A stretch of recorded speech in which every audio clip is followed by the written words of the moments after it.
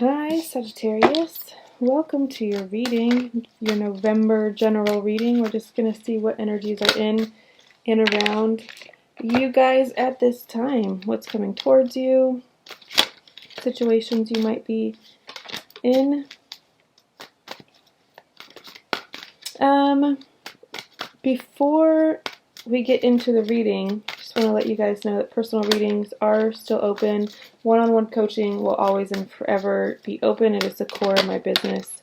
I am working on a website, so you guys will have a place to shop and order stuff without emailing me, because I know that that is not convenient for everybody, and I wouldn't order anything from anybody if I had to email them first. So I'll be doing a site with all my services, and you guys will be able to order them straight from the website. So let's get into it. I hope you guys are enjoying your first week of November. Had a happy Halloween, Shawin, whatever you celebrate, however you celebrate. I hope it was fantastic and loving and warm and fun, adventurous, all of the things. Alright, what's coming in for Sagittarius? What do they have going on? Spirit, speak to me and through me for Sagittarius. Alright, Six of Cups, Six of Swords, Queen of Wands. Interesting. 2 sixes and a queen. That Queen of Wands is you, for sure. You could be traveling overseas to visit family homes. You could be from an island and you are traveling to it, visiting family, reminiscing with family. When you do get there, you could be on a trip with your family right now or taking one in November. But you're feeling really vibrant and loving and radiant and powerful and passionate, sensual, sexual, all of the things.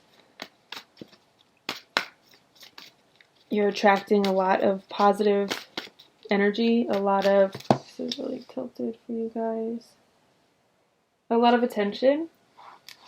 You could be in a spotlight of some sort, even if it's just like you are on a trip and all the locals are they really like you and they really like hanging out with you, and you're kind of like telling stories and being really vivacious and alluring to people right now.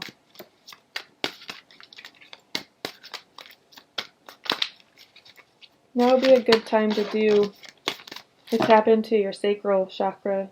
Any creative things that you've been wanting to work on, now would be a good time to bust those out and see what inspiration is there, because I feel like you're going to be overflowing with like creative energy, creation energy. Right, we got 2 2s out, so we got 6 6 2 2. Interesting. And I don't typically do 5 on the top, but I'm gonna. Also, if you look at the colors, it's like every other. It's interesting. It's like bright and yellow greens, dark blues. Bright and yellow greens. I don't know. That's interesting. The 2 of Swords with the 2 of Wands. These are completely opposing energies. One means stalemate, stagnation, keeping yourself in a holding pattern, having blocked vision. As you can see, she has got a blindfold on, but if she wanted to, she could put down her sword and take it off. Like, it's not that serious, but it's definitely a card of non-movement. And then the 2 of Wands is the opposite of that. It's a card of movement. It's a card of determination, willpower, having the drive and the stamina and the vision to go, go, go. This person is holding 2 wands as like chopstick, and they've got this big pearl that looks like the world in their hand. So they're balancing it all really effortlessly and still able to utilize those tools with great dedication. So I'm not sure what's happening here. I feel like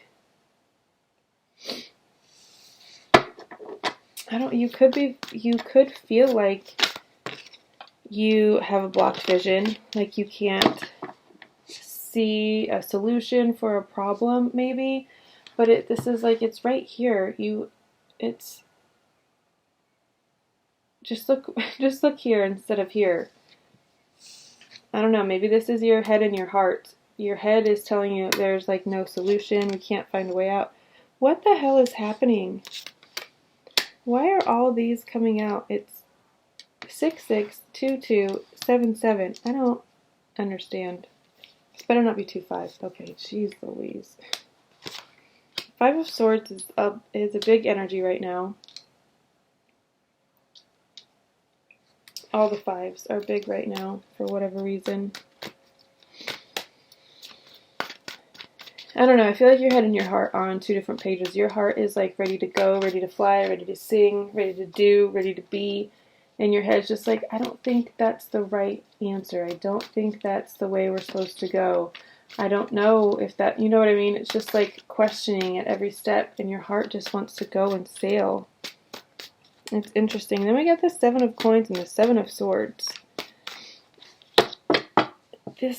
These two showing up like this is really strange. I've never experienced it before. But the Seven of Coins is you taking stock in how far you've come, seeing what's working and what's not. Jesus, I don't know why I'm struggling to talk too. In your business, in your money, finances, you are looking at your income, and is that question of, is the juice worth the squeeze? I heard that from Chris from, I think, Minnow Pond Tarot. He says that a lot. Is the juice worth the squeeze? Meaning, is the effort worth the result? Do you want to continue putting that much effort into something if the results aren't reflective of that? You know what I mean? It could be a card of raising your prices, asking for a raise, asking for a promotion. Something about your value is going up, and your prices need to reflect that. There could be some people, if you do raise the prices of your services or whatever, there could be some people that are a little bit upset about that, like telling you that you're not worth that, you shouldn't be able to earn that because maybe it took them 20 years to get to that point and it's taken you a year. You know what I mean? They could be a little bit, I don't know, resentful for that reason. Don't pay those people any mind. They're always going to be there. They're always going to be people that when you get to the very top and you've worked really hard to get there, are going to tell you don't belong, are going to try to knock you down. Don't listen to them. Don't let them. Don't pay it any mind. Right next to that, you have strength. You have the patience and the skill to do just about anything.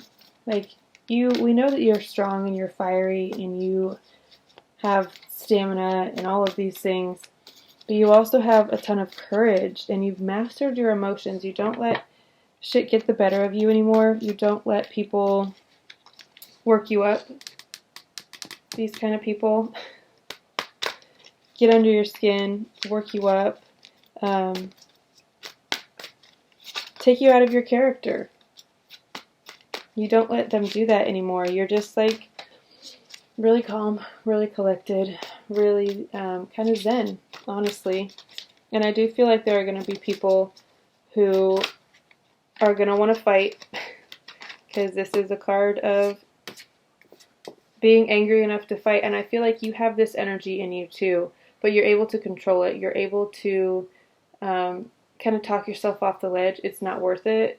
Nobody is worth being physical and violent. Right? Nobody's worth that amount of energy because it could have repercussions. I mean, you could go to jail for assault. They could get really hurt. You could get hurt. Just all kinds of negative stuff comes from violence. So I feel like if you do have this tendency in you, you have the ability to now control it. Maybe when you were younger, you lashed out a lot more. You expressed your anger in maybe violent ways. I feel like you don't do that anymore. I feel like you've evolved. You've grown out of it. You're able to control yourself now. which is a good thing. It's definitely a good thing, because I feel like you've got a lot to lose. You've got the world here. The world is at your feet. You have completed something. You have a lot. You've amassed a lot along this journey, and you have a lot to lose. So I feel like that is also why you've learned to control it. Maybe in your younger years, I don't have anything to lose. I don't have anything going for me. Like, you didn't have a family, or if you did, it wasn't like you were worried about it for whatever reason. I feel like you didn't have a family. You didn't have a nice house. You didn't have the nicest car or a ton of money. So it's like, what do I have to lose? But now it's like you have everything to lose. You have all of these things plus more. So it's like you can't jeopardize it. Definitely evolution.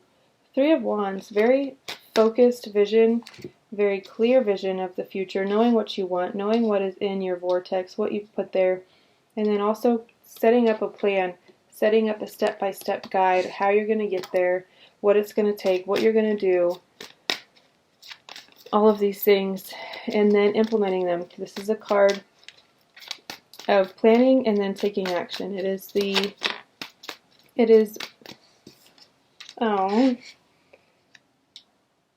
what every good idea needs. The practical due diligence part of it. Nine of Cups came out. This is ultimate happiness, wishes being fulfilled. Joy, peace, harmony, bliss. All of the things. Aww. Emotional stability, emotional mastery. We talked about that a little bit with the Strength card.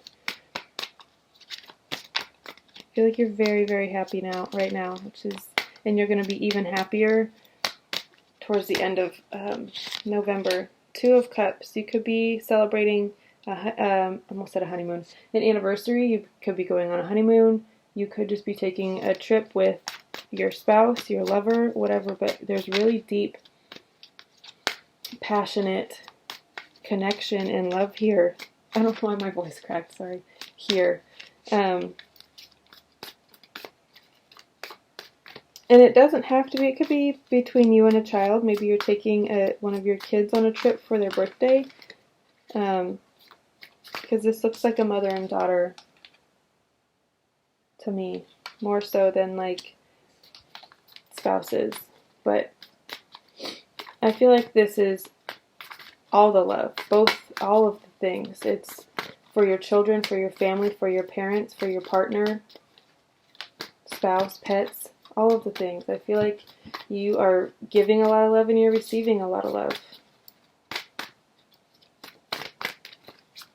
Alright, what else? Let's get a few more to wrap this up for Sagittarius. And then I'm going to do an oracle card from my new deck.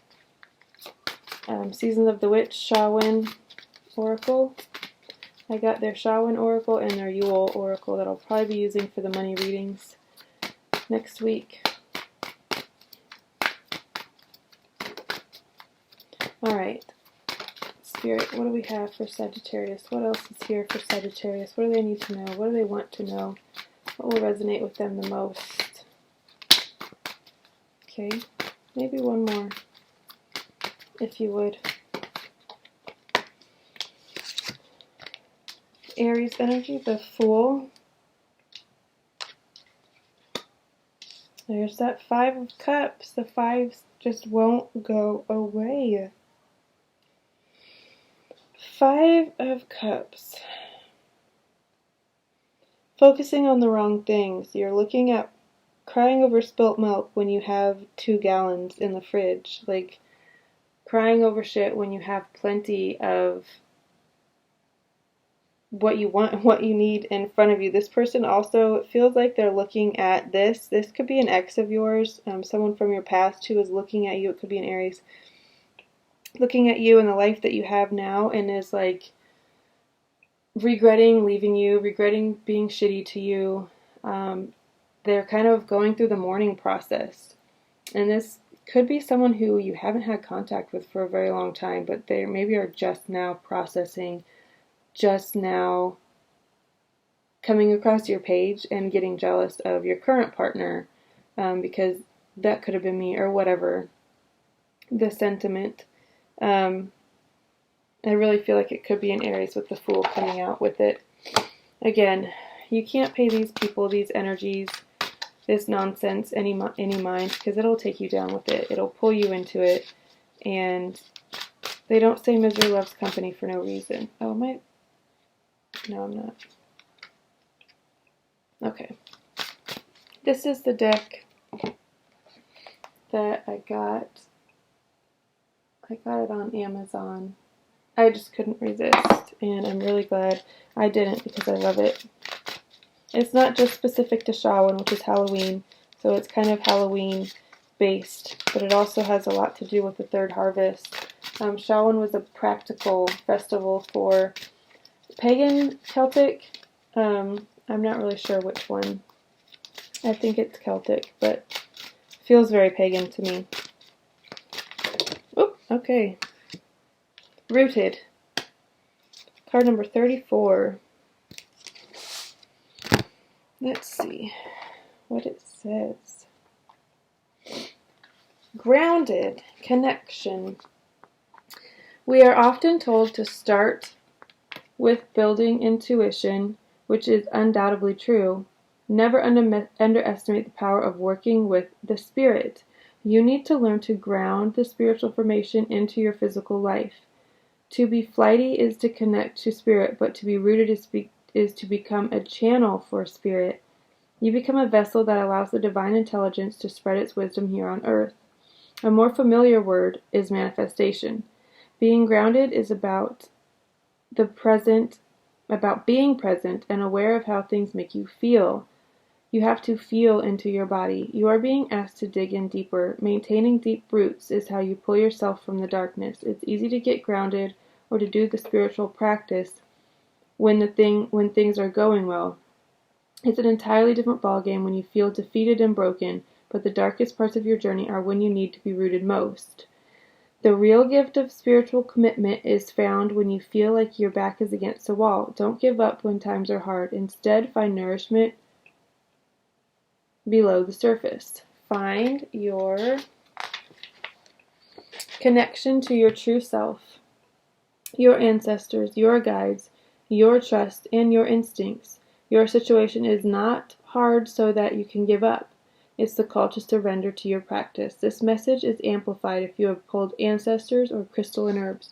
Which I did not, because I only pulled one card. Okay, that could be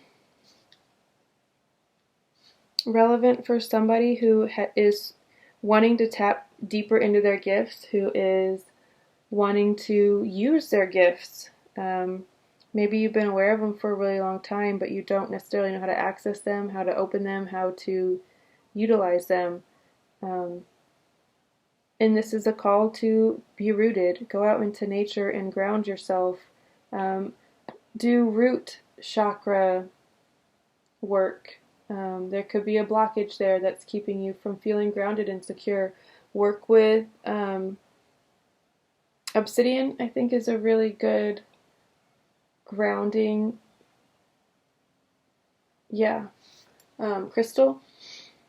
So look into that. Look into you can Google or go to your local crystal shop and ask them, hey, I really am working on getting grounded. What do you suggest? And see what they say.